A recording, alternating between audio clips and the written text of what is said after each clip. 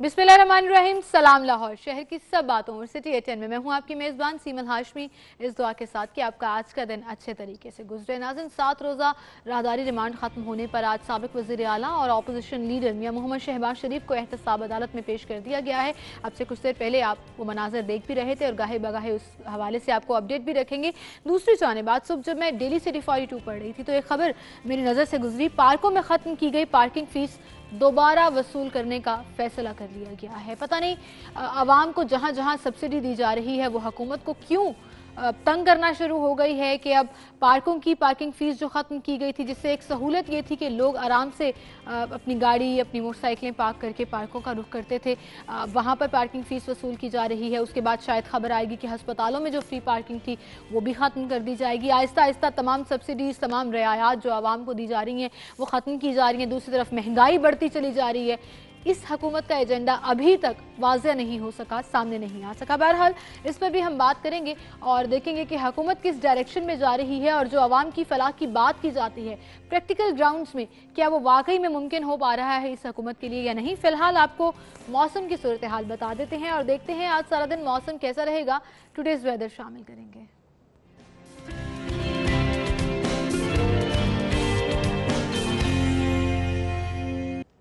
Afifa Nasrallah हमारे साथ मौजूद हैं। अफीफा, बताइएगा आज शहर लाहौर का मौसम आज कैसा रहेगा? महकमा मौसमियात की जानिब से प्रेडिक्शन क्या की जा रही है? बिल्कुल सीमा, लाहौर का मौसम इस वक्त काफ़ी हद तक खुशगवार महसूस किया जा रहा है। गर्मी उस तरह से नहीं रही, अब सर्दी भी मुकम्मल तौर पर नहीं आई।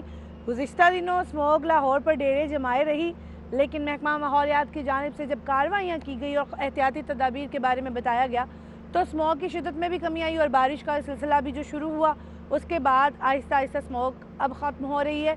लेकिन अभी तक सर्दी उस तरह से नहीं आई जो नवंबर दिसंबर में होती थी।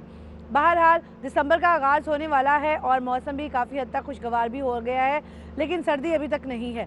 महकमा मौसमियात के मुताबिक आज के दिन दर्जा हरारत कम से कम 15 डिग्री सेंटीग्रेड और ज़्यादा से ज़्यादा 25 डिग्री सेंटीग्रेड रहने की तवक्का ज़ाहिर की जा रही है और हवा में नमी का तनासुब 85% होगा। यही हवाएँ तकरीबन 3 से 4 और 4 से 5 किलोमीटर फी घंटा की रफ्तार से चलती रहेंगी।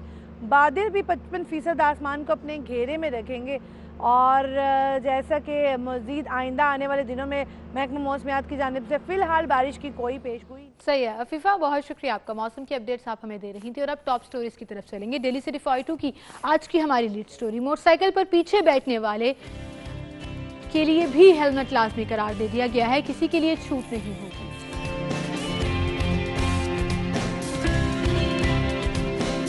दूसरी टॉप स्टोरी, सिविल सेक्रेटेरिएट में 200 से ज्यादा अफसरान की असामियां खाली पड़ी हैं।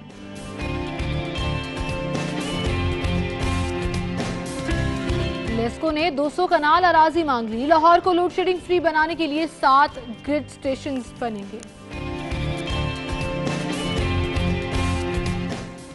और इंडस्ट्री के अंधेरे अमली इकदाम से खत्म होंगे, अदाकार शान।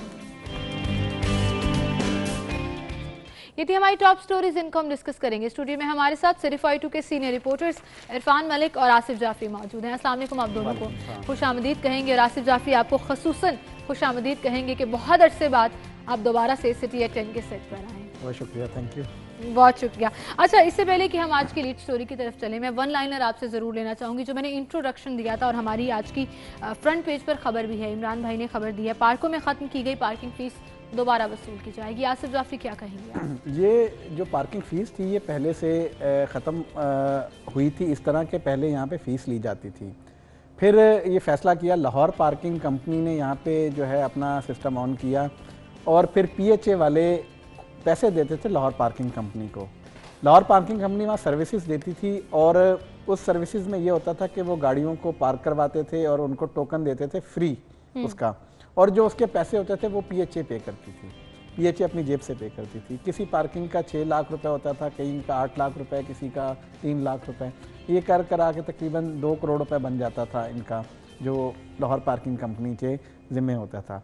ये बात इस तरह चली कि लाहौर पार्किंग कंपनी ने अपने वो उनसे मांगे PHA से, PHA ने फिर देने से इनकार कर दिया, ये तो हम खुद चलाएंगे। अब ये हुआ कि इन्होंने एक एजेंडे में ये चीज़ डाल दी है, पार्किंग का मुआहदा हुआ है जी। अब देखिए वहाँ पे जो स्टाफ है उनकी तनख्वाहें हैं, जो वहाँ पे स्टाफ लगा रहा है, वो सब खर्चे तो मौजूद हैं। वो पार्किंग कंपनी को पैसे दे देते थे अपनी जेब से, जिसे आप कहते हैं सब्सिडी देते थे वो। अब इन्होंने जब अपना सिस्टम लगाना है तो ये इनके प्लान में मौजूद है कि इसको वो वहाँ पर पार्किंग फीस कर देंगे। अब जैसे रेस कोर्स पार्क में आप पार्किंग फीस नहीं देती, लेकिन जब ये एजेंडा पास हो जाएगा, जब ये सारी चीजें हो जाएंगी, आपको वहाँ पे फिर पार्किंग फीस जो है वो देनी पड़ेगी। इरफान मलिक, आप क्या कहेंगे? ये सब्सिडी का लफ्ज मुझे लगता है जहाँ आता है हुकूमत वहाँ पर जाकर जो है वो बड़ा सा कट लगा देती है वहाँ पर, और यही मेरे ख्याल से यहाँ पर भी हो रहा है। ये बात भी है, लेकिन इसके साथ साथ आप ये भी देखें कि बहुत अरसा से ये पार्किंग की फ़ीस जो ख़त्म की गई थी, ये पार्किंग की फ़ीस अगर ग्राउंड रियलिटी की देखा जाए तो ये ख़त्म नहीं हुई, क्योंकि आप अभी भी किसी भी आप पार्क के अंदर गाड़ी जब पार्क करते हैं तो आपको उसकी पार्किंग फ़ीस देनी पड़ती है। तो ये पहले से इसकी ली जा रही थी। वो इलीगल तरीके से अगर कोई इलीगल तरीके से मैं वही बात कर रहा हूँ। अदरवाइज अहकाम तो यही है कि वहाँ पे आप पार्किंग नहीं फीस ले सकते, लेकिन मैं आपको ग्राउंड रियलिटी की बात कर रहा हूँ। जिन लोगों को अवेयरनेस थी वो तो वहाँ पे लड़ाई डाल के बैठ जाते थे कि हम क्यों पार्किंग फीस दें। वो बहुत कम लोग होते हैं। अवेयरनेस अब 20-30 रुपए के लिए कोई बंदा लड़ेगा नहीं। ये लोगों की एक साइकी भी है कि वो जो पार्किंग के लिए जब आपको पर्ची दी जाती है तो आप उसको, अगर जहाँ पे फ्री पार्किंग भी हो वहाँ पे भी आप 10-20 रुपए जो आपको टोकन देता है वहाँ पे आपको टिप दे देते हैं। तो ये जो इस चीज को भी अच्छा, वैसे मैंने कभी ऐसे नहीं किया, और लिटरली जहाँ पर नो पार्किंग हो, मतलब ठेका ना हो, और मैंने अगर गाड़ी लगा दी और मुझे कोई आकर पर्ची दिखा रहा है तो मैं फिर उसके साथ पूरी बहस करती हूँ और वो पर्ची उसको वापस करती हूँ। और मेरे ख्याल से आप सबको भी यही करना चाहिए कि इलीगल तरीके से अगर आपसे कोई 10 रुपए भी ले रहा है तो वो मेरे ख्याल से नहीं जाने चाहिए। बड़ी मेहनत से पैसे कमाए जाते हैं, और सिविक सेंस, बिल्कुल सही कहा आपने, ये सिविक रिस्पॉन्सिबिलिटी है हमारी जो हमने जरूर निभानी है। बहरहाल आज की लीड स्टोरी की तरफ चलेंगे। मोटरसाइकिल के पीछे बैठे अब जितने भी अफराद होंगे, चाहे वो खवातीन ही क्यों ना हो, उन्हें हेलमेट अब लाजमी पहनना पड़ेगा। हाईकोर्ट की तरफ से ये अहकाम आए हैं और 1 दिसंबर से मोटरसाइकिल पर पीछे बैठने वालों को में जो हेलमेट नहीं पहनेगा उसका भी चालान होगा। जी आसिफ, ये बहुत खुशाइंद फैसला है, और अगर मैं आपको एक चीज़ याद कराऊँ, हमारे हमसाया मुल्क में ये कानून लागू है, और ये खुद देखा भी गया है, मैं अपनी पर्सनली एक्सपीरियंस किया कि वहाँ पे ख़वातीन भी हेलमेट पहनकर बाइक चलाती हैं, जो आगे जो चला रही होती है वो, और जो पीछे बैठी होती है वो, और वहाँ पे बाकायदा चलान होता है। ये चीज़ है, हमें देर लगी, लेकिन अच्छा फ़ैसला है और इस पर अमल होना चाहिए। पहले वाला जो फैसला था हेलमेट का, देखें जब गवर्नमेंट ने रिट अपनी कायम करनी हो, जो अगर कानून पर अमल कराना हो वो करा लेती हैं। इरफान साहब ज़्यादा बताएंगे बेहतर कि किस हद तक अमल हो रहा है आपके ये कानून पे। बिल्कुल सही, आपने सही कहा कि पहले उन्होंने इम्प्लीमेंटेशन कराई कि मोटरसाइकिल सवार जो है वो हेलमेट का इस्तेमाल करेगा, और अब हमें शहर में 90% से ज़्यादा लोग जो हैं वो हेलमेट पहने हुए नजर आते हैं, और जिन्होंने नहीं पहने होते अक्सर आप देखें तो वो 5-6% ऐसे होते हैं जिन्होंने अपनी टंकी के ऊपर रखा हुआ होता है। यानी कि 95% तक अगर हम कहें वो सर से ज्यादा टंकी को महफूज बनाना समझते होंगे। शुरू हो गई है, लेकिन इसमें मुझे लगता है इस जो रिट कायम करने में रेजिस्टेंस का सामना करना पड़ेगा, और उसमें बहुत बड़ा एक बैरियर, कल्चर का बैरियर आएगा कि ख़वातीन जो हैं, अगर चूँकि ज़्यादातर सेकंड सीटर होती हैं मोटरसाइकिल पर, वो हेलमेट पहनती हैं या नहीं पहनती, वो किस तरह से इस डिसीजन को लेती हैं, मुझे लगता है ये एक रेजिस्टेंस। देखिए ये कानून साजी, जैसे आसिफ साहब ने कहा कि जो बेहतर चीज़ है कि ये कानून साजी हो रही है, लेकिन ये कानून साजी आपको बताएं कि मोटर व्हीकल ऑर्डिनेंस जो है उसके अंदर ये ऑलरेडी तमाम चीज़ें वो हैं जिस पे हाई कोर्ट जिस पे अब इम्प्लीमेंट करा रहा है। इसका मतलब है कि ट्रैफिक पुलिस या सेफ सिटी अथॉरिटी पहले उस तरह काम नहीं कर रहे थे जैसा उनको करना चाहिए था। उसके बाद हाई कोर्ट को बीच में आना पड़ा और उसने इस मामले में इंटरवीन करते हुए इनसे कहा कि ये इसके ऊपर अमल दरामद कराएं, क्योंकि देखिए लोगों की जानें जो सिक्योर करना ये सबसे अहम चीज़ है। हेलमेट आप यूज़ करेंगे, आपकी जान जो है वो 80% तक तो आप कह सकते हैं कि आपकी जान जो है वो मोटरसाइकिल चलाते हुए महफूज है, क्योंकि हमने कई ऐसे हादसा देखे हैं जिसमें एक्सीडेंट होता है अगर मोटरसाइकिल सवार ने हेलमेट और बाकायदा उसको बकल किया हो। ये ना हो कि आपने सिर्फ हेलमेट उसके ऊपर चेहरे के ऊपर रखा है, तो इससे भी कोई नहीं फायदा, क्योंकि अब जब आप गिरेंगे। और अगर तो असल कोर्ट तक देखा जाए तो ये मोटरसाइकिल सवार की अपनी हिफाजत के लिए बहुत जरूरी है। इससे गवर्नमेंट को कोई फायदा नहीं है इससे गवर्नमेंट को। ये तो है कि जो मोटरसाइकिल सवार हैं, जो शहरी हैं, ये उनकी अपनी सेफ्टी की चीज़ें। आप देखें अगर कानून के जो ट्रैफिक के वायलेशन जितनी भी हैं उसमें अगर आप देखें तो ज़्यादातर वायलेशन वो हैं जिससे जो मुसाफिर हैं जो मोटरसाइकिल सवार है या गाड़ी का सवार है उसकी अपनी जान को ज़्यादा खतरात लाक होते हैं उसकी वायलेशन करने से। अगर वो सिग्नल ब्रेक करेगा, एक्सीडेंट होगा, उसकी जान को खतरा है।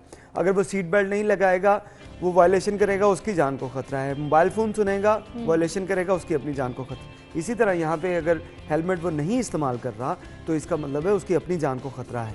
और ये बड़ी अच्छी चीज़ है कि आपने इसके ऊपर अमल दरामद करवाना शुरू किया। और अगर आप जो बात करें, हम अमूमन देखते हैं कि अगर डिपार्टमेंट खुद कोई कैंपेन शुरू करे तो उस पर उस तरह से अमल दरामद नहीं होता जब तक अदालत इंटरवीन करके अदालत की तरफ से ये अहकाम आए, और इसमें भी हाई कोर्ट की तरफ से अहकाम आता है। सिमल ये बात जो है मेरे ख्याल में ये कहना गलत है कि आप जब तजावुज़ात की बात देख लें, अदालत देखिए ने इंटरवीन किया, इसका ये मतलब नहीं है आपने इससे पहले हेलमेट कैंपेन चलाई, अदालत की बैक आपको थी तो आपने बिला इम्तियाज कार्रवाई की। ये भी तो देखें कि इन इदारों को काम करना चाहिए। हमारे यहाँ पे अकाउंटेबिलिटी ऐसी सख्त होनी चाहिए जहाँ पे करना तो बहुत चाहिए, वही बात है, होता नहीं है तो फिर अदालत को इंटरवीन करना पड़ता है। एक चीज ऐड करूंगा मैं, ये भाई ने बात की है उसमें एक चीज बड़ी अहम है, ये कोई नया काम नहीं है। ये आप जो बात करिए ना, हम लोग मार कहाँ से खाते हैं, हम लोग फॉलो अप नहीं करते। तजावुज़ात की बात की है, तजावुज़ात जो होती है वो खुम्बियों की तरह है, मशरूम की तरह है, आपने काटी फिर उग गई, आपने काटी फिर उग गई। अगर आप फॉलो अप नहीं करेंगे तो वो आपकी मशरूम ग्रोथ होती है। यही चीज आप इस पे भी अप्लाई होती है। मसला ये नहीं है कि वो इदारा क्यों नहीं कर रहा, असल चीज ये है जो इन्होंने कही है कि उस इदारे को करना चाहिए अगर वो फॉलो अप रख लें, खुद करना चाहिए। तजावुज़ात कभी जड़ से खत्म नहीं हो सकती। इस पर तो सीटीए लाहौर की तारीफ भी की थी अदालत ने, जब मोटरसाइकिल सवार के ऊपर हेलमेट लाजमी करार दिया गया था, और उन्होंने तारीफ की थी कि जो अदालत की तरफ से अहकामात आए थे उन पर बजा तौर पर जो है वो अमल दरामद हुआ और सड़कों पर नजर भी आया। लेकिन इसमें देखें उसकी तारीफ की गई, लेकिन सीटीओ की इसके साथ साथ उनकी ये सरजरिश भी करनी चाहिए थी कि इतने अरसे से ये कानून जो है मौजूद है, इसके ऊपर इम्प्लीमेंट क्यों नहीं करवाया गया। बिल्कुल काम करवाना अच्छी चीज़ है, उनसे काम करवाएं, लोगों की सेफ्टी के लिए चीज़ है। लेकिन उनके साथ साथ जो हम बात कर रहे हैं कि अकाउंटेबिलिटी होनी चाहिए, लोगों से पूछ प्रतीत होनी चाहिए कि आपका जो काम है आप वो काम क्यों नहीं कर रहे, क्यों अदालत को हमेशा बैक करना पड़ता है या अहकाम अदालत के जो और काम है अदालत को वो करना चाहिए, अदालत पे बर्डन न डालें। सिलसिला आगे भी बढ़ाएंगे और साथ ही साथ ये भी बताते चलें कि बिला इम्तियाज कार्रवाई हो रही है। दूसरी जानिब पुलिस लाइंस में भी दाखिले पर पाबंदी लगा दी गई है। अगर किसी एहलकार ने हेलमेट नहीं पहना होगा तो वो चाहे पुलिस ऑफिसर्स हैं, वो चाहे आम शहरी हैं, कोई भी इस कानून से अब मुस्तस्ना नहीं होगा। और अब जो कैंपेन चलाई जा रही है 1 दिसंबर के बाद चालान होगा अगर मोटरसाइकिल सवार के साथ साथ जो सेकंड सीटर है उसने हेलमेट नहीं पहना। यहीं से बात का सिलसिला आगे बढ़ाएंगे, छोटी सी ब्रेक लेते हैं, ब्रेक के बाद दोबारा हाजिर होंगे, हमारे साथ रहिएगा। वेलकम बैक नाज़रीन, एक बार फिर से आपको खुशामदीद कहेंगे और हमारी आज की अगली खबर कैसर खोखर साहब की खबर है। सिविल सेक्रेटेरिएट में 200 से ज़ायद अफसरान की आसामियाँ खाली पड़ी हैं। इरफान क्या कहेंगे आप? सेक्रेटरी कानून, सेक्रेटरी सूबाई मोहतसिब, स्पेशल सेक्रेटरी हाउसिंग, सीईओ टेफ्टा और इस तरह की बहुत सी आसामियाँ जो हैं वो खाली पड़ी हैं, अफसरान तैनात नहीं किए जा रहे। क्या अफसरान का काल पड़ गया है या ट्रस्ट इश्यूज आ रहे हैं कि किसको कहाँ पर लगाया जाए और कौन अपनी कारकर्दगी का मुजाहरा अच्छे तरीके से करे? सिमल, आपको पाकिस्तान तहरीक इंसाफ की तरफ से जो एक बयान जो दिया गया था कि ब्यूरोक्रेसी उनका जो है वो साथ नहीं दे रही कुछ लोग, तो ये उसकी भी एक कड़ी है कि उसी की वजह से कुछ लोग जो हैं ना तो लगना चाहते हैं और ना वहाँ पे कुछ सूटेबल ऑफिसर्स आ रहे हैं और ना उनको लगाना चाह रही है गवर्नमेंट भी कि इनको लगाया। आप देखें इसमें जो जितने अहम सीटें हैं, इसमें अगर इंडस्ट्रीज़ की बात की जाए, वाइल्ड लाइफ के डीजी नहीं हैं, फिर मादनियात नहीं हैं, और इसके साथ साथ सेक्रेटरी कानून और सेक्रेटरी सूबाई मोहतसब। सेक्रेटरी कानून देखिए अब इसकी कितनी जो अहम पोस्ट है और वो खाली पड़ी है और ये चीज़ें जो हैं इसके ऊपर हुकूमत को वाकई इसके ऊपर काम करना चाहिए। 300 से ज़ायद सीटें, किस तरह आप इंतजामी अमूर जो हैं वो 200 से ज़ायद सीटें, और आपने बिल्कुल सही कहा कि बड़ी इंपॉर्टेंट सीट्स हैं जिन पर अभी तक तैनाती नहीं हो सकी। एक तरफ तो आपने कहा कि ब्यूरोक्रेसी साथ नहीं दे रही, जो स्टेटमेंट दी गई थी तहरीक इंसाफ की जानिब से, शायद वो भी हो सकता है। लेकिन आसिफ, इसमें आपको याद होगा कि हमेशा जब ऑपोजिशन में थी तहरीक इंसाफ तो ये बात की जाती थी कि हुकूमत अपने मनपसंद अफसरान लगा देती है, हुकूमत ब्यूरोक्रेसी में जो है वो फेवरेटिज्म और निक्का कल्चर बहुत ज़्यादा प्रमोट करती है। तो क्या उस वजह से तो नहीं कि अफसरान को साइडलाइन कर दिया गया है कि ये तो नून लीग के दौरे हुकूमत में थे या ये तो नून लीग के मंजूर नज़र थे, अब हम शायद इनको उस तरह से जिम्मेदारी नहीं दे पाते जिसकी वजह से असामियाँ खाली हैं? ऐसी कोई बात तो नहीं है? एक चीज़ मैं आपको बताऊँ, अफसरान की कमी नहीं है, अफसरान की कमी कभी भी नहीं रही है। आपका हर साल डीएमजी आ रहा है, अब PAS हो गया है, पाकिस्तान एडमिनिस्ट्रेटिव सर्विस, पहले DMG था। ऑफिसर्स की कमी नहीं है, मसला सिर्फ ये है कि जो चीज़ें हो रही हैं ये इस वक्त अनसर्टेनिटी है। पिछले दौर में कुछ और मसाइल थे, वहाँ पर फेवरेटिज्म थी। ग्रेड 18 का अफसर जो है वो आपने ग्रेड 20 के सीट पे लगाया हुआ है, उस वक्त हम ये खबर रिपोर्ट करते थे। अब तो सीरियस अफसर ही मौजूद नहीं है, छोटा हो या बड़ा हो, वहाँ पर सीट पे है ही नहीं है। ये इरफान साहब ने अभी बात की है सेक्रेटरी कानून, और ये वो बहुत अहम सीटें हैं। मैं देख रहा हूँ CEO टेप्टा का ताल्लुक जो है वो आम पब्लिक से है इस वक्त, टेक्निकल एजुकेशन मैं सिर्फ इसको देख रहा हूँ फिलहाल। लाहौर का इदारा है, लाहौर में इसका ज्यादा काम है, यहाँ पर CEO नहीं है। CEO जो होता है वो लीडिंग जो होता है वो लीड कर रहा होता है उस पूरे इदारे में, जिसने फैसले करने होते हैं, जिसने नए आपके डिसिप्लिन लाने होते हैं, जिसने उसके मुताबिक जो जॉब्स आने वाली हैं उसकी उसने जो है मैन फोर्स तैयार करनी होती है कि भाई फलां जगह पे जॉब निकल रही है, ये सिविल का काम आगे आने वाला, सिविल के लिए हमें इतने बंदे तैयार करने हैं, मैकेनिकल का काम आने वाला, मैकेनिकल के डिप्लोमा होल्डर तैयार करने हैं, इलेक्ट्रॉनिक्स। लेकिन जब उस डिपार्टमेंट का हेड ही नहीं है वहाँ पे, सारे तो फिर डिसीजंस किस तरह से होंगे, डिसिप्लिन्स किस तरह से मैनेज? सबसे ज्यादा अहम चीज यहाँ पर, ये तो बाकी सारी चीजें अपनी जगह हैं, बाकी तो ऑफिशियल मामलात हैं, जैसे इसमें वाइल्ड लाइफ है, मादनियात वगैरह, ये सब तो कानून बहुत अहमियत की हामिल चीज है। मैंने इस वक्त पिक किया सिर्फ एक जिसका आम पब्लिक से डायरेक्ट ताल्लुक है, वो टेप्टा है। कितने लोग यहाँ पर ऐसे हैं बेरोजगार जिनको टेप्टा जो है वो वजीफा देता है और आके कहता है कि काम सीखो और वजीफा भी मिलेगा। ये इनकी पॉलिसी में शामिल है। इसी चीज़ को प्रमोट करें, इसी चीज़ को ये बनाएं, लेकिन कैसे करें? यहाँ पे तो अफसर मौजूद ही नहीं है, छोटा हो या बड़ा हो, अफसर सिरे से है ही नहीं है। अच्छा, एक चीज़ शुरू से लेकर अब तक हुकूमत में जो नजर आई है वो है लैक ऑफ डिसीजन पावर, कि अभी तक वो डिसाइड ही नहीं कर पा रहे कि किस तरह से चीज़ों को चलाना है। हालांकि 100 दिन भी मुकम्मल हो गए जिनका इन्होंने दावा किया था। अब इन 100 दिनों में आप देखें IG 2 दफ़ा चेंज हो गए, पुलिस रिफॉर्म्स की बात की गई वो नज़र नहीं आती हैं, बहुत सी चीज़ों में सेहत और जो है एजुकेशन की बात की जा रही थी कि इनकलाब आ जाएगा, वो भी नज़र नहीं आ रहा।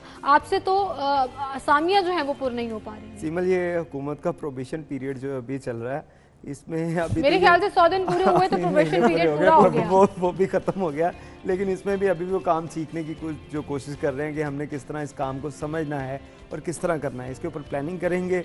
लेकिन देखें कि ये जो सीटें हैं जिनकी हम बात कर रहे हैं और बाकी इकदाम जो इनके 100 दिन के अगर किए गए, तो ये सारी चीज़ें जो हैं वो हमें सिर्फ कागजी चीज़ें नज़र आई, उसमें कोई इम्प्लीमेंट करने वाली कोई ऐसी ठोस हिकमत अमली नहीं तैयार की गई जिससे हम कहें कि कोई डायरेक्शन हमारी जो ठीक हो गई है। तो फिर ये कहना गलत तो नहीं होगा कि अगर महकमाना अमूर बुरी तरह मुतासर हो रहे हैं तो गवर्नमेंट इसकी बरह रास्त डेफिनेटली गवर्नमेंट, देखें यही वो इदारे होते हैं जो गवर्नमेंट को चलाते हैं।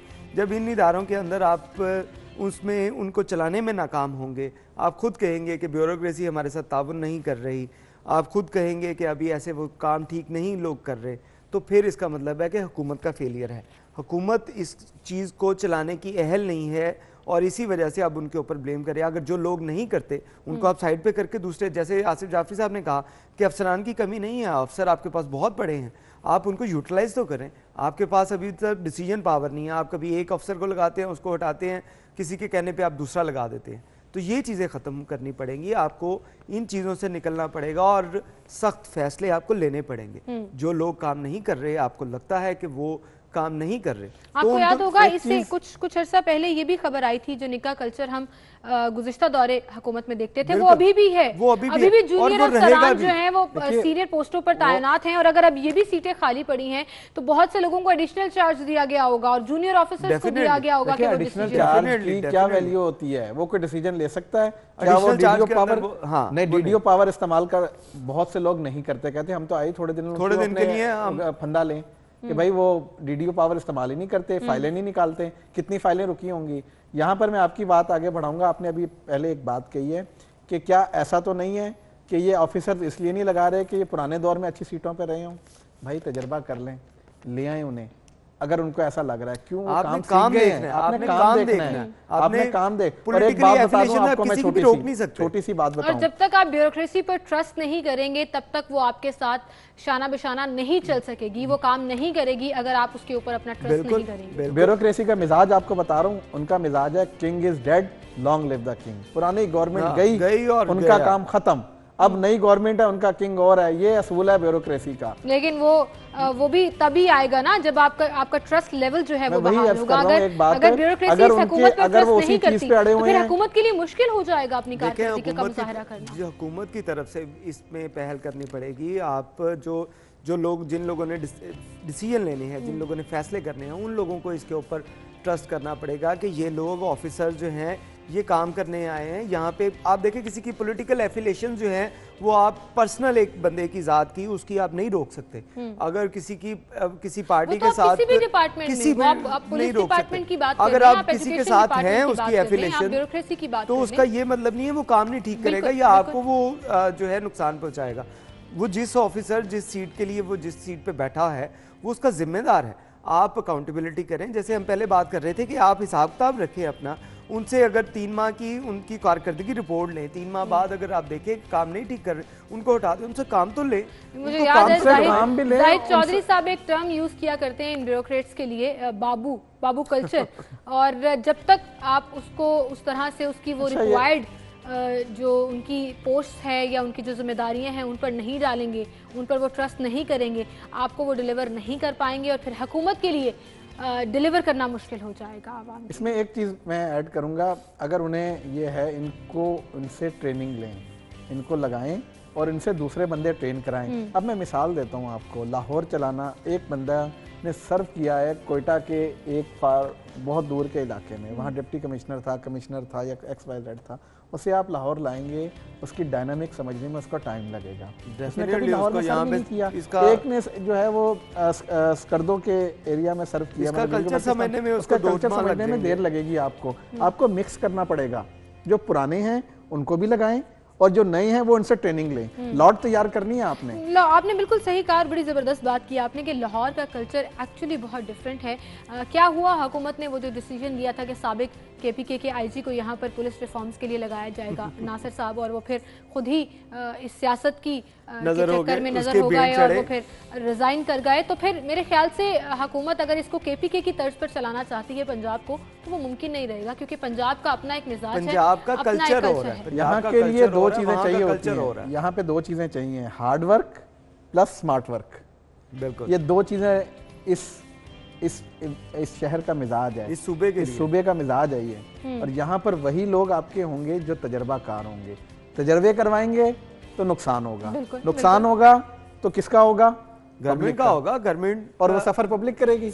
इन तमाम डिपार्टमेंट से बिल वास्ता या बिला वास्ता कोई ना कोई ताल्लुक तो पब्लिक का है ना। डेफिनेटली और सफर वही कर रहे हैं। अच्छा, और फिर मुझे बड़ी डिसअपॉइंटमेंट होती है जब इसी तनाजुर में हमें खबरें सुनने को मिलती हैं असातिज़ा की गैर हाजिरी, लाहौर का आखिरी नंबर आ गया। अब तो 36 अजला हैं पंजाब के और लाहौर 36वें नंबर पर पहुंच गया है। तलबा की हाजिरी में लाहौर का 34वां नंबर है, ख़राब टॉयलेट्स में 19वां नंबर है। मेरे ख्याल से तालीम का भी बेड़ा गर्क होकर रह गया है। गुज़िश्ता दौरे हुकूमत में भी कोई इतना अच्छा नंबर नहीं होता था, लेकिन मुझे इतना याद है कि जब से हम ये खबर डिस्कस करें 36वां कभी नहीं होता था, आखिरी नंबर में लाहौर कभी नहीं आता था। बहरहाल यहीं से बात का सिलसिला आगे बढ़ाएंगे, एक ब्रेक की तरफ जाना है मुझे, ब्रेक लेते हैं, ब्रेक के बाद दोबारा हाजिर होंगी, हमारे साथ रहिएगा।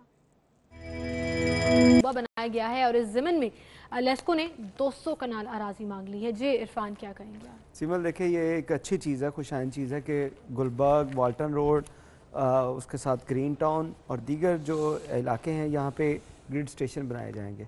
आप देखें कि शहर में पहले भी जो हमें इस टेनोर के अंदर लोड शेडिंग ज़्यादा इतनी फेस नहीं करनी पड़ी, क्योंकि पिछली हुकूमत की तरफ से जो प्रोजेक्ट लगाए गए थे, प्रोजेक्ट के ऊपर काम किया गया था, उससे काफ़ी हद तक जो है वो लोड शेडिंग के ऊपर काबू पाया गया। और अब अगर ये 7 नए ग्रिड स्टेशन बनते हैं तो हमें जो मसाइल पैदा होते थे कि यहाँ पे ट्रिपिंग हो गई, बारिश तेज़ हो गई उससे ट्रिपिंग हो गई, या अगर किसी जगह पे आंधी तूफ़ान आ गया या मौसमी हालात ख़राब हुए तो उसके बाद ट्रिपिंग से जो मसाइल पैदा होते थे, पूरे का पूरा ग्रिड आपका चला जाता था, तो उसमें वो एक 2 दिन इसी चक्कर में लग जाते थे कि अभी ये तारें टूट गई हैं, ये तारें टूट गई हैं। उसको ये ग्रिड बनने से आप उसको बैकअप में लेके आएंगे।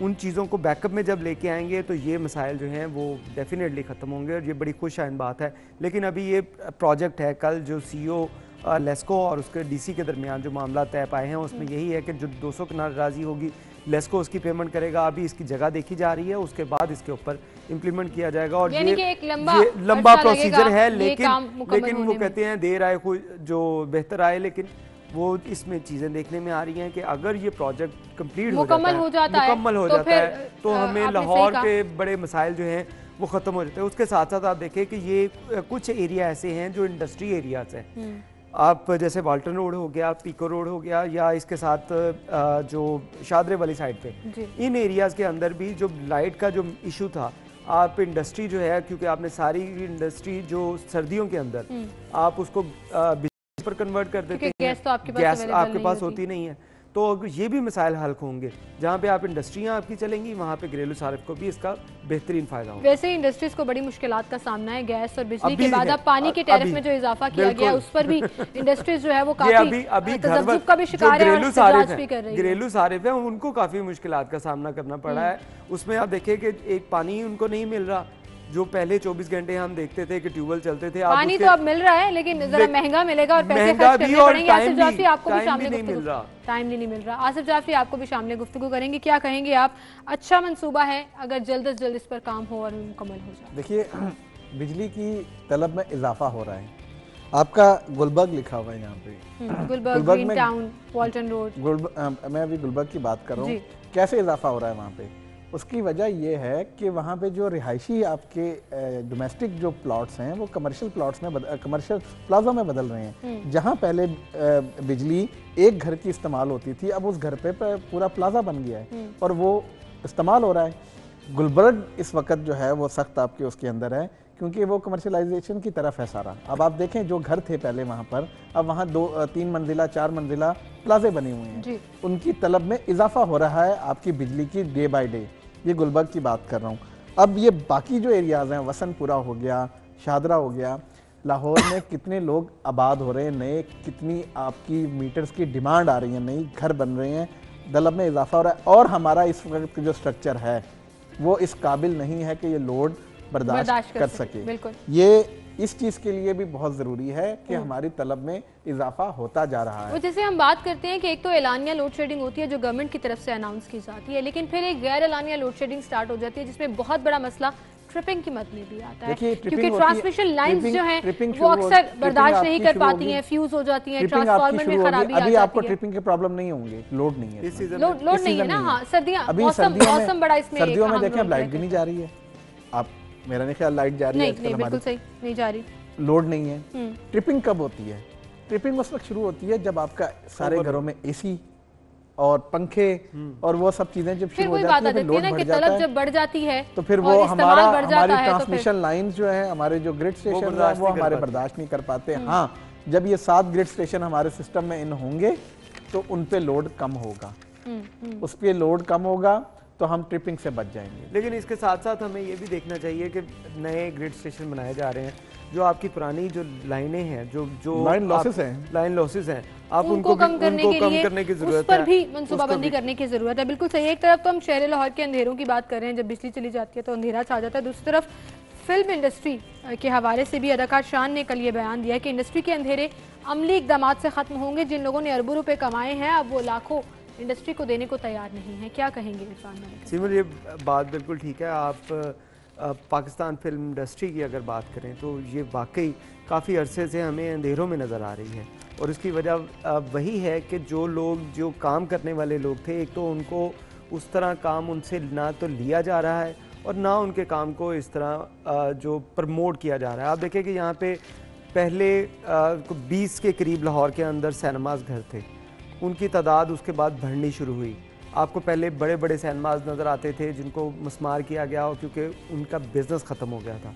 बाद में इंडियन इंडस्ट्री जो है वो उसने यहाँ पे आमद की और उसके बाद अब आपको छोटे छोटे सिनेमा घर की भरमार नज़र आती है।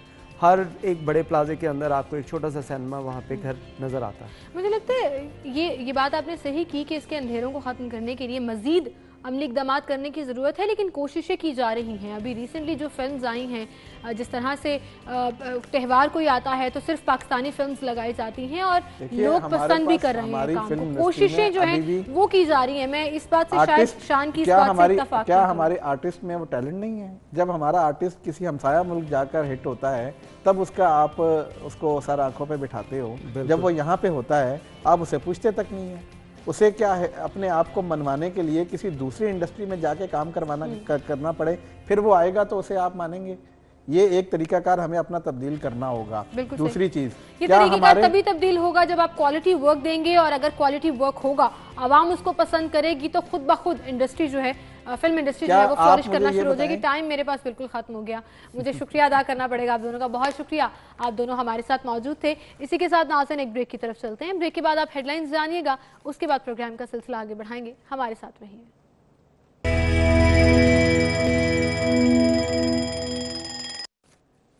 वेलकम बैक नाज़रीन, एक बार फिर से आपको खुशामदीद कहेंगे। और नाज़रीन, आज हमारे साथ स्टूडियो में जस्टिस रिटायर्ड नासरा जावेद इकबाल साहिबा मौजूद हैं, उन्हें हम खुशामदीद कहेंगे और उनसे बात करेंगे। अस्सलाम वालेकुम नासरा जी, क्या हाल चाल है? अल्हम्दुलिल्लाह, वालेकुम अस्सलाम। तबीयत कैसी है आपकी? बस आपको पता है आजकल लाहौर में वायरल फ्लू फैला हुआ है, तो कोई उससे बच नहीं सकता, और जो जितना कोशिश कर लें उससे बचने की बचा नहीं जाता। कोई तरीका नहीं। बिल्कुल सही। क्या मसरूफियात चल रही हैं आजकल? बस एक तो मैं कानून पढ़ाती हूँ 2 कॉलेजेस में, फिर एक छोटा सा मैंने स्कूल खोला हुआ है गरीब बच्चों के लिए, जहाँ उनकी फीसें, कपड़े, यूनिफॉर्म और किताबें सब करती हूँ। तो वहाँ मैं थोड़ी देर के लिए जाती हूँ, फिर कभी आप जैसे लोग बुलाते हैं, कभी कोई यूनिवर्सिटी वाले बुला लेते हैं। मेरे ख्याल से हम सब सीखना चाहते हैं आपके तजुर्बात से, आपके व्यूज़ से, और जिस तरह आप इतनी एक्टिव हैं अभी भी। आपने जैसे स्कूल का जिक्र किया, माशाल्लाह बड़ा ज़बरदस्त वो काम है, और वेलफेयर के लिए तो फिर आप हमेशा बढ़ चढ़ कर सामने आगे आगे रहते हैं। देखिए, हम हर एक अपना हिस्सा डालें तो फिर ही ये काम आगे चल सकता है, नहीं तो नहीं चल सकता। यंगस्टर्स कितना वॉलंटियर करते हैं इस काम में? मैं तो इतनी मुतासिर हूँ कि जो मेरा स्कूल है, छोटा सा स्कूल है, और ये मेन जो है सड़क, इसका नाम भूल गया, गालिब रोड या क्या, उसके ऊपर से हट के है थोड़ा सा। पक्की सड़क है लेकिन छोटी है, तो कोई नज़र तो खास नहीं आता। लेकिन जो बच्चे कोई अपने स्कूलों से निकले और कभी उधर से उन्होंने जाना और वो देख लें कि बाहर लिखा हुआ है कि मुफ्त तालीम के लिए दाखिला जारी है, तो वो आ जाते हैं। और ये होते हैं O लेवल, A लेवल और इंटरमीडिएट के, और मतलब एलीट स्कूलों के, बीकन हाउस हो गया, ग्रामर हो गया, फॉर्मन कॉलेज के जो इंटरमीडिएट लेवल हैं, इन सब के। और वो मुझे आके कहते हैं, मैम हम आपके स्कूल में वॉलंटियर करना चाहते हैं कि हम सैटरडे को आके बच्चों को हुनर सिखाएंगे, खुद ब खुद आते हैं। हाँ, और माहौलियात के बारे में बताएंगे। मुझे तो पता ही नहीं था।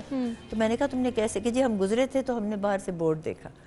तो मैंने कहा ठीक है, कि आप सैटरडे को खुले होते हैं? मैंने कहा मैं तो इसलिए सैटरडे को खुले रखती हूँ कि ये जो बच्चे हैं, ये किसी का वालिद माली है, कोई फेरी वाला है, कोई घर में खनसामा है, तो ये लोग तो बिजी होते हैं। अब जब बच्चों को मैं छुट्टी दे दूँ सैटरडे को, 2 दिन सैटरडे संडे जो 5 दिन सीख के गए हैं वो तो भूल जाएंगे। घर में तो किसी को पता ही कुछ नहीं, इसलिए मैं 6 दिन रखती हूँ, संडे की छुट्टी देती हूँ। और मेरे तो ख्याल फिर से आते हैं बाकायदगी से, ये जो बच्चे हैं ना, ये आते हैं, मतलब एडल्ट्स हैं, टीनेजर्स, वॉलंटियर्स आते हैं, और 6-6 हफ्ते का प्रोग्राम एक सेट करता है, और वो बच्चों को सिखाते हैं हुनर भी, माहौलियात भी, फिर अच्छे शहरी कैसे बनना है। सबसे अच्छी बात मुझे जो लगी, और फिर जाते वक्त उनके लिए वो एक पिकनिक पार्टी करते हैं, और फिर वो उस पर लगाते हैं स्ट्रीमर्स वगैरह, तो बच्चे इतने खुश होते हैं। मैंने कहा देखिए, अमीरों के स्कूलों में तो ये सब चीज़ें होती हैं, लेकिन इन लोगों के लिए ये मुयस्सर हो जाना, और इन नौजवानों की वजह से ये बहुत बड़ी बात है। और उसमें होती है तकरीबन, अगर 12 आते हैं ना इकट्ठे, 6-7 लड़कियाँ होती हैं, 5-6 लड़के होते हैं, इवन बैलेंस होता है, और बड़ा वो इन्हेमाक से बच्चों को सिखाते हैं। बिल्कुल सही। और मेरे ख्याल से ये बड़ी ज़बरदस्त चीज़ है कि तालीम सबके लिए होनी चाहिए, और फिर मुफ्त तालीम के साथ साथ जब आपको सिविक रिस्पॉन्सिबिलिटीज़ बताई जा रही हैं, या जो आपके राइट्स हैं और आपकी ड्यूटीज़ हैं वो बताई जा रही हैं, तो मेरे ख्याल से एक अच्छे शहरी भी बनाए जा रहे हैं इस स्कूल। और ये खुद वो करते हैं। देखिए ना, मुझे तो इस बात पे बड़ी मैं मुतासिर हुई हूँ कि बच्चों में आजकल के हमारे जो नौजवान हैं, उनमें जोश और वलवला कितना। नहीं मैंने बुलाया, मुझे तो पता ही नहीं था कि ये कहाँ से आया, लेकिन खुद ही आ जाते हैं और खुद ही ऑर्गेनाइज करते हैं, और फिर मैं उनको एक सर्टिफिकेट ऑफ पार्टिसिपेशन मेरिट दे देती हूँ जाते वक्त, तो बड़े खुश हो जाते हैं। मेरे ख्याल से नेक काम करना शुरू करें, खुद ब खुद लोग अपना दुनिया हिस्सा जो है वो लेने आ जाते हैं उस नेक काम बिल्कुल। से। ये बड़ी ज़बरदस्त चीज़ है। लेकिन इसमें जहाँ बच्चों की ग्रोथ और हम एजुकेशन की बात करते हैं, तरबियत की ख़ास तौर पर बात करते हैं, तो उसमें माओ का भी बड़ा एक रोल होता है। और तो पेरेंट टीचर मीटिंग हम रखते हैं ना फ्राइडे को, फ्राइडे को छुट्टी हो जाती है 11:30, तो 11:30 से 1 बजे, जुमे का टाइम 1 बजे होता है, वो 1.5 घंटा ख़ास तौर पे कोई जो बच्चा स्लो है या किसी के बारे में कोई मसला बन रहा है, उनकी वालदा आ जाती हैं, उनको पहले से टाइम दे देते हैं, तो उनके साथ एक होता है इंटरेक्शन भी। और मैं तो चाह रही हूँ कि मैं अपने घर के साथ ही कहीं एक तालीम बालगा का स्कूल खोलूँ, क्योंकि माएँ भी पढ़ना चाहती हैं, तो वो अगर हो जाए ना तो बहुत ही अच्छा। वो फिर आप देखें कि आप नस्लों को संवार देंगी।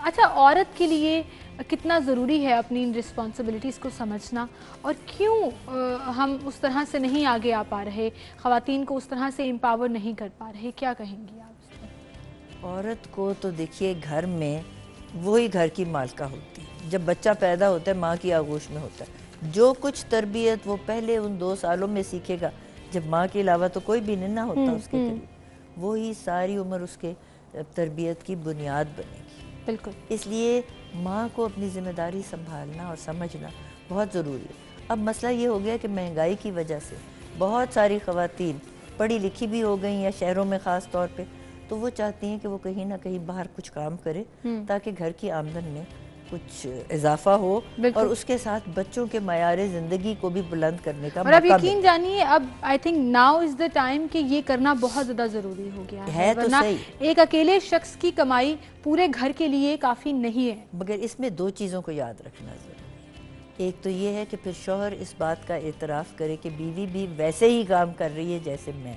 ये नहीं कि वो घर आएगा, बूट उतार के फेंकेगा, अब पॉलिश कर दो, अब मुझे गर्म चाय बना के दो, अब चपाती इसी वक्त बन के आए। उसका बीवी का हक वही है कि वो अपने जूते उतार के खुद रखे, उनको साफ़ कर ले, अगर उसी वक्त करना है तो कर ले। बीवी ने अगर चाय बनाई है, प्याली ये धो दे, अगर चपाती बना के दे रही है उसके बाद वो बर्तन साफ़ करने में उसकी मदद करे, और इसमें कोई सुबकी नहीं होती। जब बीवी उसके हिस्से का काम कर रही है और घर का मयार ज़िंदगी बुलंद कर रही है, और दुनिया भर में इसी तरीके से घराने चलते हैं जहाँ माएँ काम करती हैं। दूसरी बात जो हमें बहुत ज़रूरी ख्याल रखना है कि बच्चों का क्या हो जब दोनों घर से चले जाएं। तो मैंने देखा है कि कई ख़वातीन ऐसी हैं जो कहती हैं बच्चे जब तक स्कूल ना जाएं हम तक काम नहीं करेंगे। और मेरी अपनी बहू माशाल्लाह वकालत की उसने डिग्री ली हुई है, तो जब मेरा बेटा भी वकील है, मैंने उसको कहा बेटा मैं घर में होती हूँ, आप ऐसे करें आप दफ्तर चली जाया करें, इसके साथ आप भी शामिल हो जाएं, एक तो आपके पास ये हुनर भी है तो उसको प्रैक्टिस करें। कहते नहीं अब जब तक मेरे बच्चे बड़े नहीं हो जाएंगे मैंने और कुछ नहीं करना, क्योंकि मेरी जिम्मेदारी ताकि बच्चों की तरबियत जो है वो जो औरत की जिम्मेदारी है वो भी उसको समझे। अब देखिए सुबह लेके जाती है और वापस भी लेके आती है, तो ये काम भी रिकग्नाइजेबल है और उसको भी अप्रिशिएट करना चाहिए। नासिर जी, यहीं से हम बात का सिलसिला आगे बढ़ाएंगे, न्यूज़ स्टूडियो की तरफ हमें जाना है, राव बासित हमारे साथ हैं जी। वेलकम बैक नाज़िन, एक बार फिर से आपको खुशामदीद कहेंगे। और नाज़िन अब हम चलेंगे अपने सेगमेंट्स की तरफ, और सेगमेंट्स में हम देखते हैं कि आपको क्या क्या अपडेट्स दे सकते हैं, किस तरीके से हम अप टू डेट रख सकते हैं आपके तमाम बजट के हवाले से। आप अपने पैसे बचाएं और खूब शॉपिंग करें। अगर आप बाज़ार में जा रहे हैं तो सेल कहाँ कहाँ लगी है ये भी आपको बताएंगे। लेकिन फ़िलहाल सब्ज़ी मंडी का रुख करेंगे और देखेंगे सब्जियाँ और फल किस कीमत पर मिल रही हैं, आज के भाव शामिल करेंगे।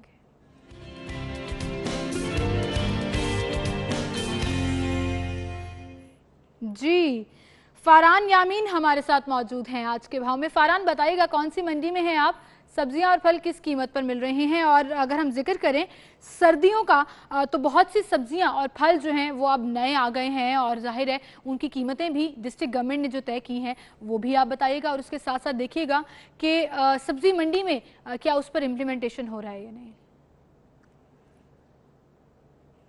फ़ारान से राब्ता मुनक़ता हुआ, दोबारा राब्ता करने की कोशिश करेंगे। नाज़िन, इसी के साथ साथ आपको बताते चलें सब्जियों और फलों की अपडेट्स तो आपको देंगे ही, लेकिन मीट रेट्स की अगर हम बात कर लें तो ज़ेनिथ शॉप पर अगर आप जा रहे हैं तो वहाँ से बीफ जो है वो आपको मिलेगा 520 रुपये किलो में, मटन कीमा है 690 रुपये में, बीफ कीमा और मटन आपको मिलेगा 1288 रुपये में, लेकिन मटन कीमा जो है वो आपको मिलेगा 1860 रुपये में। इसी तरह गवर्नमेंट रेट की अगर हम बात करें तो जिंदा मुर्गी आपको मिलेगी 160 रुपये में और उसका बना हुआ गोश्त 200 ₹32 में।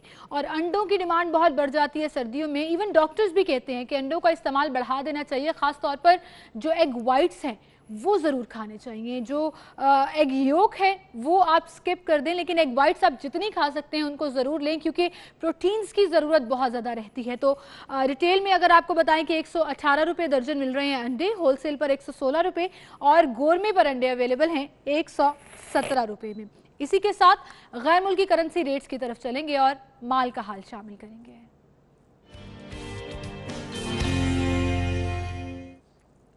तो एक नजर डालते हैं गैर मुल्की करेंसी रेट्स पर।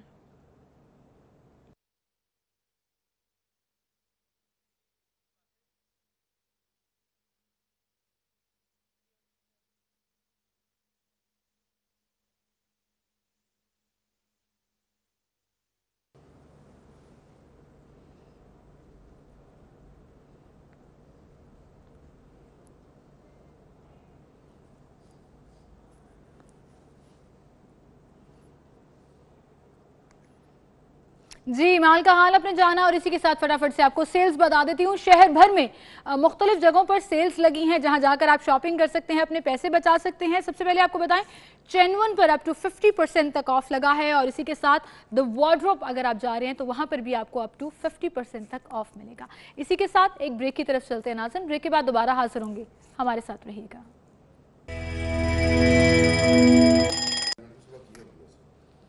वेलकम बैक नाज़रीन, एक बार फिर से आपको खुशामदीद कहेंगे। नाज़रीन, वक्त एक ऐसी चीज़ है जो कभी किसी के पास ज़्यादा होता है, कभी किसी के पास कम होता है, लेकिन गुजर ही जाता है। और वक्त की कमी की वजह से जस्टिस नासरा इकबाल जो हमारे साथ स्टूडियो में मौजूद थी उनको जाना पड़ा, लेकिन उनको हम दोबारा ज़रूर दावत देंगे और गुफ्तगू का सिलसिला वहीं से आगे बढ़ाएंगे। बड़ी प्यारी प्यारी वो बातें कर रही थी वुमेन एम्पावरमेंट के हवाले से, उस टॉपिक को भी मैं कंटिन्यू रखूँगी। और हमारे साथ स्टूडियो में सर्टिफाइड 2 के सीनियर रिपोर्टर और एनालिस्ट आमिर रज़ा खान मौजूद हैं, उन्हें हम खुशामदीद कहेंगे। अस्सलाम वालेकुम आमिर भाई, क्या हाल चाल है आपके? आमिर भाई, आपसे टॉपिक तो हमने आज की लीड स्टोरी डिस्कस करना थी, लेकिन चूंकि जस्टिस नासरा साहिबा जो हैं वो वक्त की कमी की वजह से उनको हमसे इजाज़त लेना पड़ी और वो हमें उनको रुखसत करना पड़ा, लेकिन उनको दोबारा तो दावत देंगे। वुमेन एम्पावरमेंट पे बात हो रही थी, मुझे बड़ा मजा आ रहा था। नहीं, मुझे भी मजा आएगा। मुझे ये पता कि जस्टिस नासरा जवेद इकबाल ने क्या कहा। वो तो ये कह रही थी कि ख़वातीन अगर काम करती हैं तो घर के मर्दों को उनकी वो तमाम जो पोजीशन है वो रिकग्नाइज करनी पड़ेगी। ऐसा नहीं होगा कि मर्द आके जूता उतार के फेंक दें और ख़वातीन जो हैं बेचारी जो काम करके आई हैं सारा दिन आके उनके जूते भी उठाएं, उनके लिए हंडिया भी पकाएं, उनके लिए काम भी करें। मिल के काम करना पड़ेगा। नहीं, ये तो बिल्कुल ठीक कहती हैं। और मैं सुनना इसलिए चाह रहा था कि जस्टिस नासरा जवेद इकबाल जो हैं ये उन ख़वातीन में शामिल हैं जिनकी आला हिम्मती को हमेशा मैं दाद देता हूँ कि इन लोगों ने अगर कहा जाए तो बहादराना तरीके से, मैं लफ्ज़ कभी मर्दाना तरीके से यूज़ नहीं करता हूँ या इस्तेमाल नहीं करता हूँ, बहादराना तरीके से फेस किया है, जस्टिस के मुकाम तक पहुँची हैं। ये वो चंद मिसालें हैं ख़वातीन की। अगर आप बेनज़ीर से शुरू हो जाए और जस्टिस नासरा जवेद इकबाल तक आएँ तो ये वो ख़वातीन हैं जो कि आप लोगों के लिए और ख़वातीन के लिए, आपकी जो जिन्स है उनके लिए मैं समझता हूँ मशले राह है। बिल्कुल मशले राह हैं। ऐसे लोगों से सुन के बात सुन के मजा आता है। ये मुझे लगता है इस तरह के लोग जो है ना वो पूरा अपने अंदर एक इंस्टीट्यूट होते हैं जो आपको बहुत सी चीज़ें अपनी बातों के जरिए ही सिखा देते हैं। सीमा, असल में ना मसला क्या है, आप मुझसे बात करेंगी तो मैं कहूँगा अच्छा मेरी बीवी तो बहुत पावरफुल है जी, वो तो मैं तो उसका कहना मानता हूँ, मैं तो आंखें झुका लेता हूँ। ये आपको मिलेगा माहौल आपके शहरी उन इलाकों में जहाँ लोग कुछ तलीम याफ्ता हैं, बाशऊर हैं, ख़वातीन भी और मर्द भी, दोनों का शऊर मिलकर एक अच्छा फैमिली यूनिट क्रिएट करते हैं।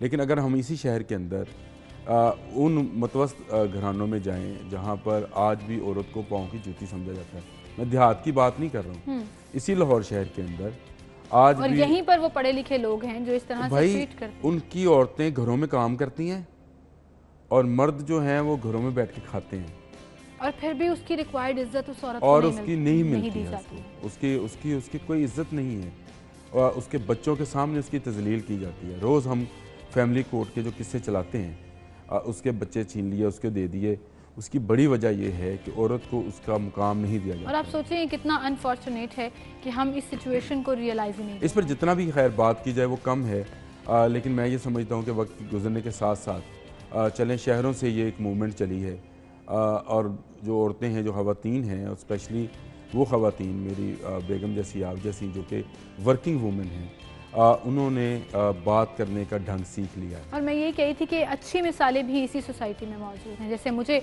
घर से अगर सपोर्ट है और फुली सपोर्ट है तभी मैं जॉब कर पा रही हूँ। मैंने राफे को देखा बर्तन धोते हैं।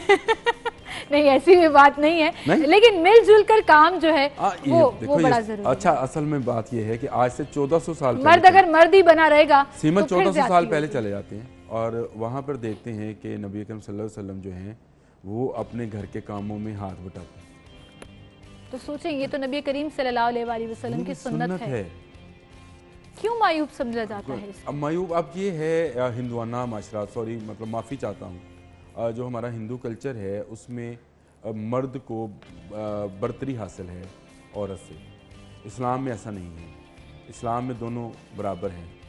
और जब बात की जाती है ए जिनो उन्स, तो उनसे मतलब ये है कि औरत भी और मर्द भी। उससे मतलब जहाँ एजुकेशन की बात हुई वहाँ पर मर्द और औरत दोनों का। अच्छा, औरत के हुकूक ज़्यादा हैं, मर्द बेचारे को अब पता नहीं, बेचारा ना कहें, इतनी भी बात नहीं है, हम बेचारे ही हैं। अच्छा देखें, हमें नमाज पढ़ने के लिए मस्जिद जाना पड़ता है, हमें नमाज पढ़ने के लिए मस्जिद हमें सहूलत ये है कि आप घर पे पढ़ सकते हैं। मेरी जिम्मेदारी है मैं अपनी औरत को कमा के ला के दूँ और वो घर चलाए, और उसकी ये जिम्मेदारी भी नहीं है कि वो घर का खाना बनाए। अब मैं ये बात करूँगा तो बहुत सारे मर्द जो हैं मेरे खिलाफ हो जाएंगे।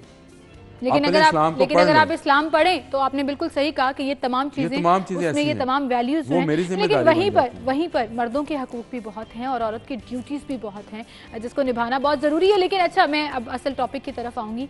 लेकिन बहुत सी चीज़ें हम मंसूब कर देते हैं, ये काम सिर्फ मर्द कर सकते हैं, औरत करेगी तो बड़ा मायूब होगा। जैसे आज की हमारी लीड स्टोरी है कि हेलमेट का इस्तेमाल अब सेकंड सीटर के लिए भी है, और हम सब जानते हैं कि लाहौर शहर में या पूरे पंजाब में, पूरे पाकिस्तान में ही जहाँ जहाँ मोटरसाइकिल चलती है मैक्सिमम सेकंड सीटर फीमेल्स हैं। तो सबसे ज़्यादा अब एतराज़ इस कल्चर बैरियर की वजह से आएगा कि अब औरतें भी हेलमेट पहनेंगी, क्या उनके लिए भी ज़रूरी हो गया हेलमेट पहनना? पता नहीं क्यों इसको एक बहुत बड़ा क्वेश्चन मार्क लगाया जा रहा है। जब पिलियन राइडर्स के लिए जो आई कि उसके लिए भी हेलमेट ज़रूरी है दूसरी सवारी, तो मैं खुश हुआ कि औरतें इस पर जश्न मनाएंगी। लेकिन मुझे अपने घर से ही कल रेजिस्टेंस मिल गई। ख़वातीन ने तो कहा जी कि ये तो हम क्यों हेलमेट पहने, मेकअप किया होगा, और आपकी जान अजीज़ नहीं है आपको। औरतों को तो खुश होना चाहिए था कि ये कानून यहाँ पे लगने जा रहा है, होने जा रहा है। मर्दों ने क्या उस पे कहना है, औरतें खुद ही उस चीज़ को रेजिस्ट कर रही हैं। मेकअप पे क्या है, आप उतरेंगे, अपने बाल को सीधा कर लेंगे, अपने कुछ पफिंग शफिंग कर लेंगे, जो भी ख़वातीन करती हैं, तो आपका मेकअप, आपकी जान तो बच गई।